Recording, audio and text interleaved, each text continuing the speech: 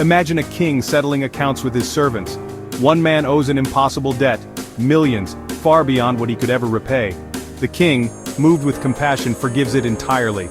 But then, that same servant refuses to forgive a tiny debt owed to him.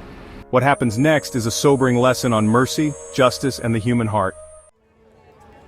This parable, found in Matthew chapter 18 verses 23 to 35, follows Peter's question to Jesus. How many times must I forgive my brother? 7 times.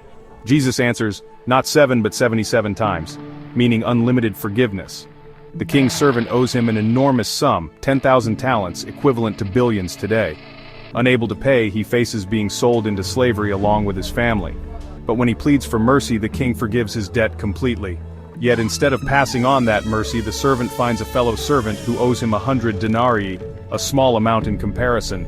He grabs him by the throat, demands payment, and refuses to forgive. The other servants are outraged and report him to the king.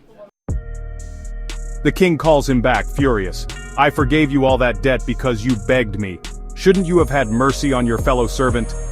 The unforgiving man is then thrown into prison until he can pay everything, symbolizing eternal consequences. Jesus ends with a warning, so will my heavenly Father do to you if you do not forgive your brother from your heart.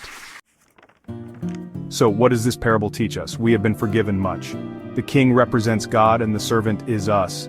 Our sin is an unpayable debt, yet God forgives freely. When we grasp this, it humbles us. Forgiveness must be passed on. If we refuse to forgive others, we show we don't truly understand God's mercy. Jesus is clear. A forgiven heart must be a forgiving heart. Unforgiveness has consequences. Bitterness traps us.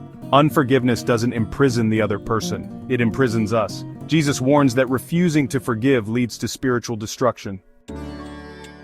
Who in your life needs your forgiveness today? Don't wait. Just as God has forgiven you, extend that same grace to others.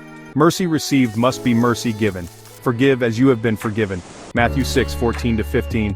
Because in the end, forgiveness isn't just about others, it's about setting yourself free.